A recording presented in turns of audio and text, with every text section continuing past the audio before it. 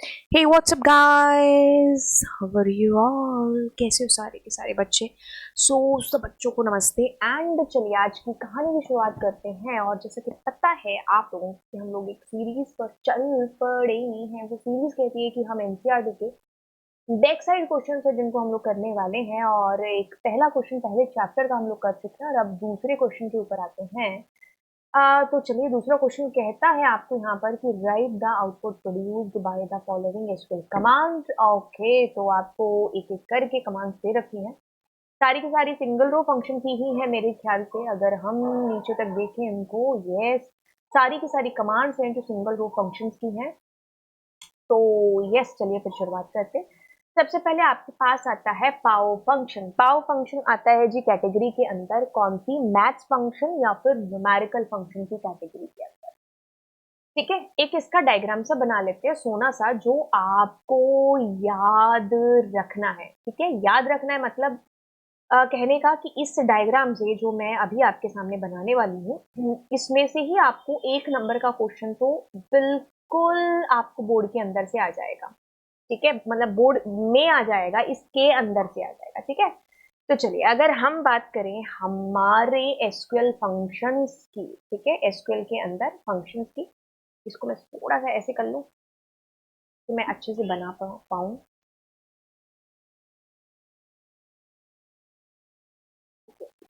Video stop भी ना हो जाए। ठीक है, ओके। तो इसके अंदर आता है आपके पास सिंगल रो फंक्शन।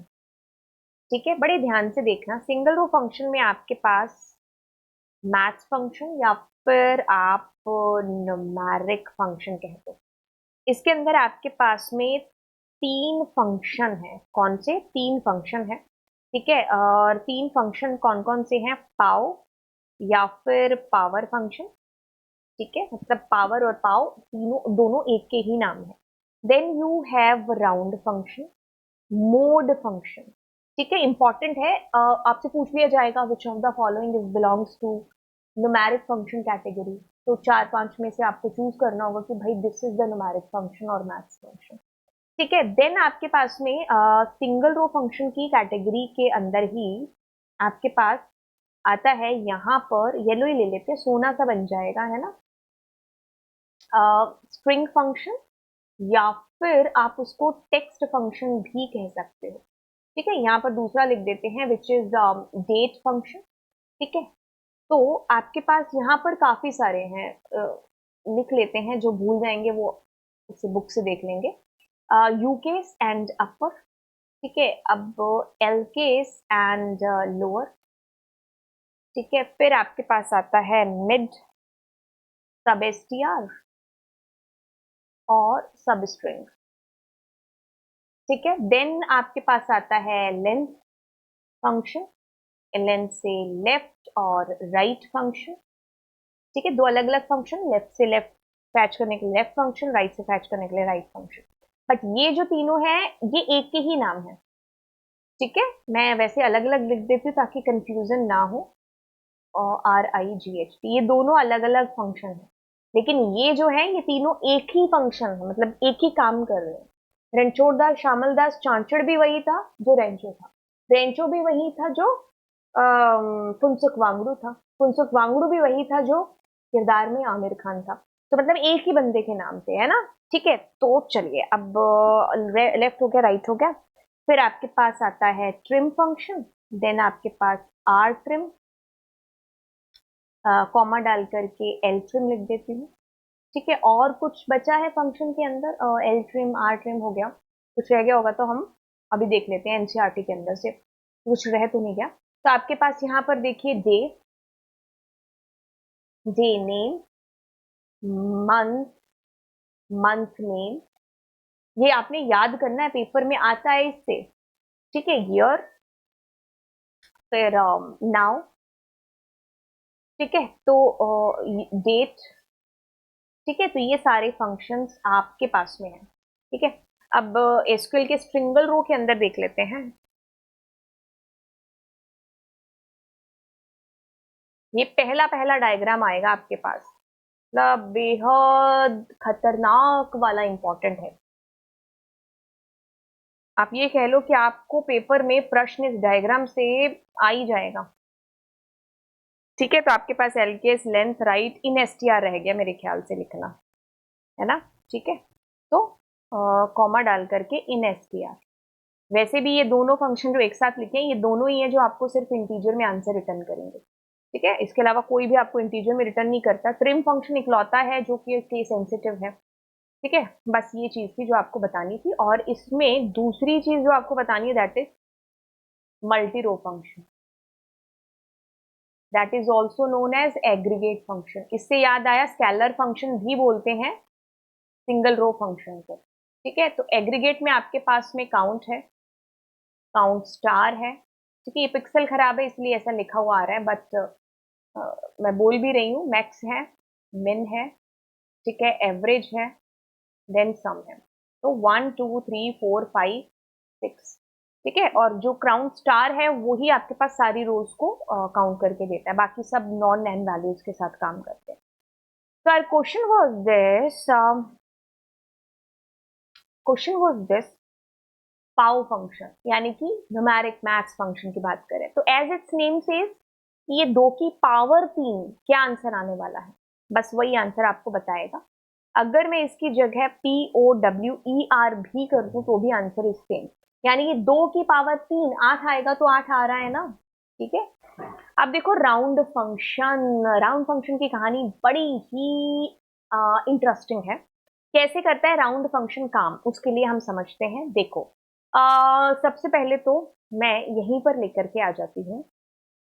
जैसे मैंने कहा सेलेक्ट ROUND राउंड, बड़े ध्यान से देखना, मैं सारे केसेस बता दूंगी इसी के अंदर।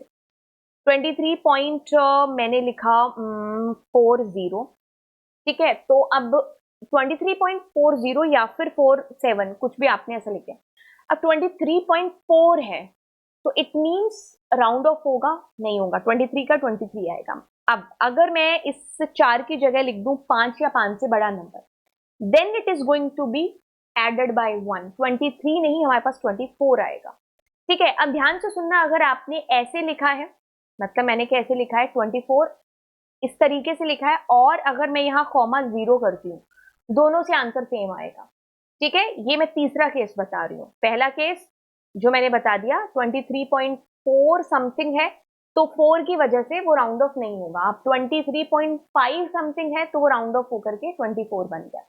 लेकिन अगर आप साइड में 0 लिखते हैं और नहीं भी लिखते हैं तो भी सेम आंसर आता है। जैसे कि अगर मैं 57 किया तो ये आंसर आया, 57 के साथ 0 किया तो भी कोई फर्क नहीं पड़ा। ठीक है, अब अगली चीज क्या है, अगली चीज ये है कि अगर मान लीजिए यहां पर हम क्या करते हैं 4 2 5 4 6 2 ऐसे करके मैंने कहा 1, तो मैंने 0 नहीं है, मैंने 1 डाला है, तो 1 मींस अब अगर आपने पॉजिटिव वैल्यू डाली है तो ये इस तरफ चलेगी, तो मतलब आपके पास क्या आएगा 23.4। क्यों? क्योंकि आपने 1 को फैच करने के लिए बोला। अब जैसे कि फॉर एग्जाम्पल मैं करती हूँ 2, ठीक है, तो अब क्या होगा, आपके पास ये 2 फैच हो जाने चाहिए 42। ठीक है, 23.42, लेकिन जैसे मैं इसको एग्जीक्यूट करती हूँ तो आपके पास 43 आ रहा है। द रीजन बिहाइंड दैट कि 42 मतलब 2 लिखा आपने तो ये दोनों फैच हो गए, बट इस 2 के बाद वाला देखो विच इज 5 या 5 से ज्यादा होते ही वो एक गिफ्ट दे देगा अपने सामने वाले को, तो यानी कि इस वजह से यहाँ 43 हुआ। तो क्या कहते हो कि मैम अगर मैं यहाँ पर 5 की जगह 1 लिखती तो तब क्या मेरा आंसर 42 ही आता? मेरा आंसर होता बिल्कुल ये, सब आपका 42 यहाँ पर हो रहा होता। तो अगर मैं इस 1 की जगह 5 या 5 से बड़ा नंबर लिखूंगी, क्योंकि तो मैंने 2 लिखा है तो ये 2 42 को फैच करेगा, बट जस्ट आगे देखेगा कि is there any number which is 5 और more than 5, that is the reason आपके पास 43 आया। अब जैसे आपके लिए मैं 3 यहां लिख देती हूँ, तो दैट मीन्स टू से दैट 4 2 6 फैच हो जाएंगे, और उसके आगे वाला देखा जाएगा कि ये 5 है या 5 से बड़ा है, नहीं, तो ये 4 2 6 का 4 2 6 ही आ जाएगा। लेकिन जैसे ही मैं इस 4 को 5 या 5 से बड़ा बनाती हूं तो तब आपके पास में क्या आएगा 4 2 7 आएगा, बिकॉज ऑफ दिस 9, इस 9 की वजह से। ठीक है, बिकॉज ऑफ दिस 9, ये 9 की वजह से आपके पास। ठीक है, अब मैं क्या कर रही हूं, यहां पर 3 की जगह मैं 4 लेती हूं, तो इट मीन्स 1 2 3 4, तो आपके पास आएगा 4 2 6 9 है, 9 तक आ गया, लेकिन उसके बाद क्या है, 6 है। तो अब क्या होगा, ये 9 से एक बढ़ जाएगा, यानी कि 10 हो जाएगा। तो अब 10 के कैसे रिप्रेजेंट करेंगे, तो 69 के बाद आता क्या है, 70, तो आपका आएगा 4270 आपके पास में आ जाएगा। Did you get it, how this happen? अब मैं इसमें देती हूं 5, ठीक है, तो 5 से क्या हो जाएगा, 1 2 3 4 5, तो ये सीधा का सीधा सेम आएगा, क्योंकि 6 के बाद में जो है वो है 2, 5 से ज्यादा नहीं है। ठीक है, अगर मैं इसको मान लो 6 बना देती हूँ, तब वो 96 से 97 हो जाएगा। ठीक है, अब जैसे मैंने इसमें 6 कर दिया, तो आप कहोगे 6 के 6 आ जाएंगे, हाँ। अब मैं कह सकती हूँ 7 कर दूं या 60 कर दूं, क्या फर्क पड़ता है, उतने का उतना ही आएगा आपके पास में जितना है। ठीक है, ये हुआ वो नंबर जब आपके पास में यहां आपने पॉजिटिव वैल्यू दे रखी है। एक वो केस होता है जब आप यहां पर नेगेटिव देते हो। ठीक है, तो नेगेटिव के केस में कैसे काम करता है, तो इसको देख लेते हैं।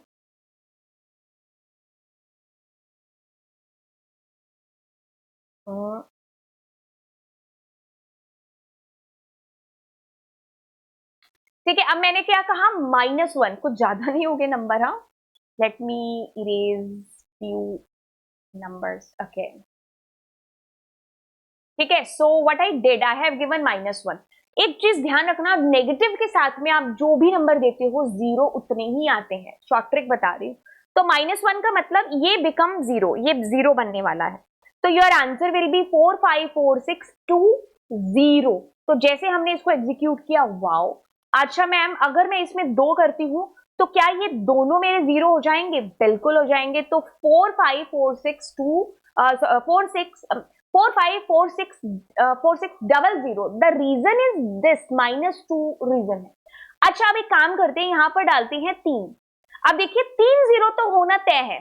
ठीक है, 454000, मतलब जीरो तो आएंगे आएंगे। लेकिन पिछले भी दोनों केसेस में और इस केस में भी काम इस तरीके से हो रहा है एक्चुअल में, कि ये जब जीरो बनेगा तो ये चेक करेगा खुद को, ना कि आगे वाले को, कि क्या ये 5 या 5 से बड़ा है।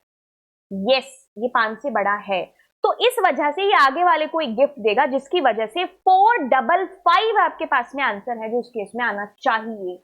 मैम, अगर मैं इस 6 की जगह एक काम करता हूं, मैं 2 ले लेता हूं, तो क्या होगा, ये तीनों जीरो बनेंगे। यस, ये तीनों जीरो बनेंगे। तो इस केस में आपके पास 454000 आ जाएगा।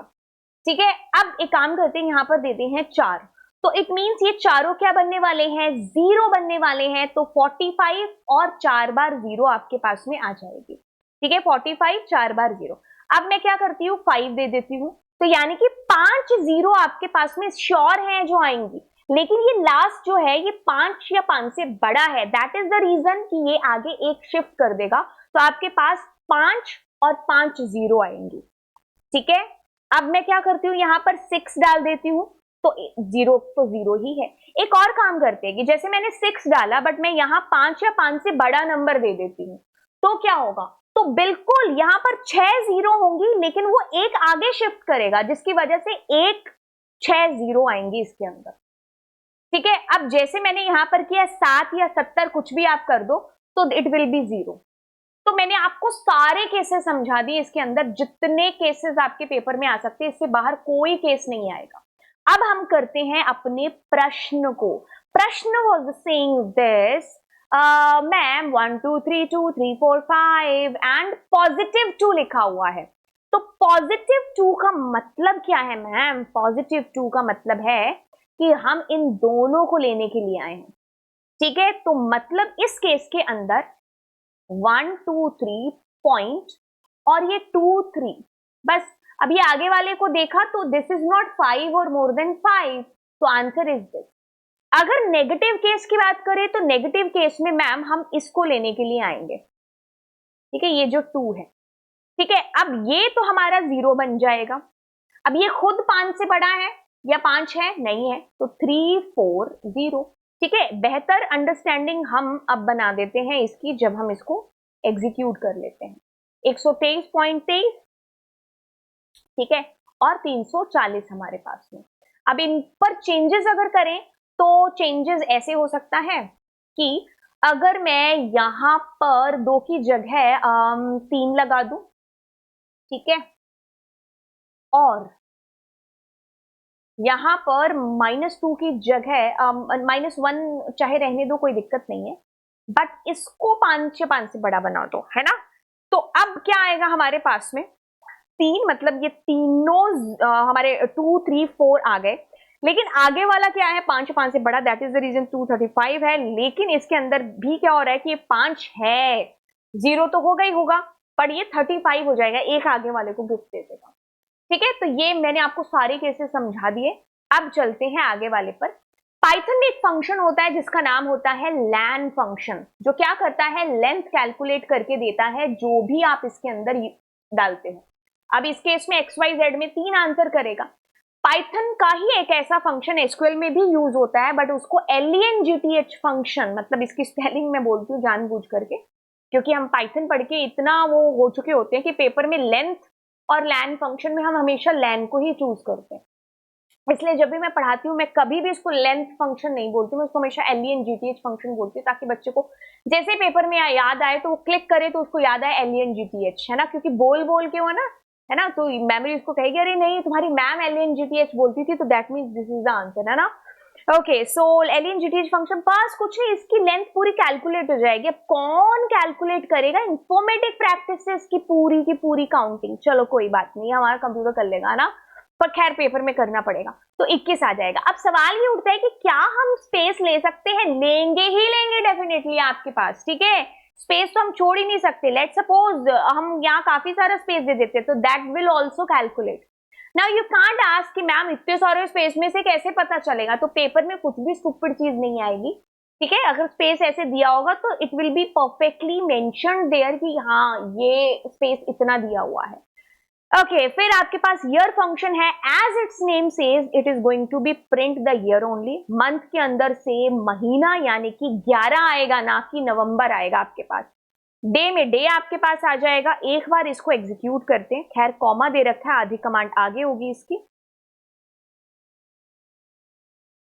ओके, सो मंथ नेम, इसमें आएगा मंथ नेम में नवंबर आपके पास में।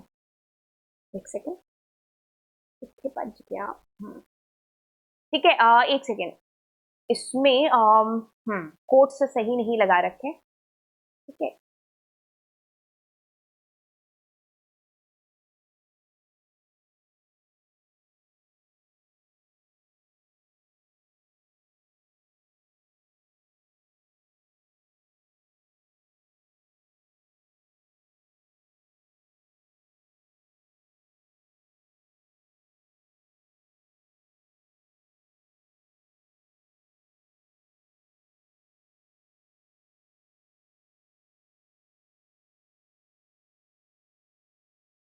Okay, that's okay, fine. हाँ, वो मैंने शायद उसी कमांड के अंदर कर दिया होगा ना, बट या 1979 11 26 and November is your answer. Okay, so left left में क्या होगा, लेफ्ट से 3 आपके पास फैच होकर के आ जाएंगे, तो it means we are talking about India.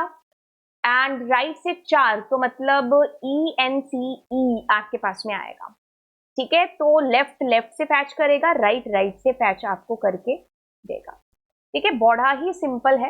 अब आप सेम चीज कर सकते थे लेफ्ट और राइट वाली मिड STR, सब STR एंड सब स्ट्रिंग से, ये आपको नीचे कमेंट सेक्शन में मुझे बताना पड़ेगा, ठीक है। चलिए, अब मिड आपके पास में है, मिड में मैंने लिखा है गुरु हो जा शुरू, कहां से, 3 से, ठीक है।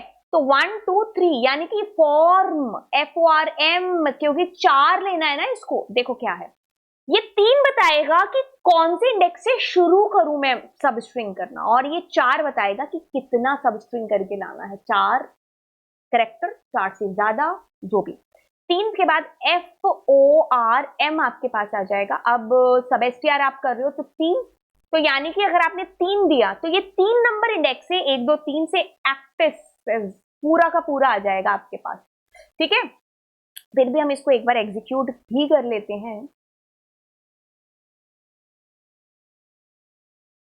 एक सेकेंड, अब आएगा, ठीक है। वो इसलिए आया क्योंकि ऊपर कमांड आधी चल गई थी ना, इस वजह से। हाँ, तो guys look at here, informatic practices, form and एक्टिसेस। ठीक है, ये 3 नंबर से शुरू हुआ है क्योंकि आपने अंत दिया नहीं ना कहां तक जाना है, तो जहां तक होगी आपकी स्ट्रिंग वो सारी की सारी प्रिंट हो जाएगी। बट इसमें 4 कैरेक्टर आएंगे आपके पास में। ठीक है, इसको और बेहतर अगर करें, यहीं पर कॉमा लगा देते हैं, मैं 7 करूंगी तो 7 कैरेक्टर आएंगे 3 के बाद। ठीक है, तो ये हुआ आपका प्रश्न नंबर, सवाल नंबर 2। अब इसके बाद हम लोग देखेंगे ये सवाल नंबर 3 और आगे के जितने भी क्वेश्चंस होंगे आपकी एनसीईआरटी बुक के, आगे प्रैक्टिकल क्वेश्चंस ही दे रखे हैं। तो चलिए फिर आपको मिलते हैं अगली क्लास के अंदर। Thank you so much. दोस्तों के साथ में इस क्लास को जरूर शेयर कर देना। मिलते हैं आपको अगली क्लास में। Bye bye, God bless you.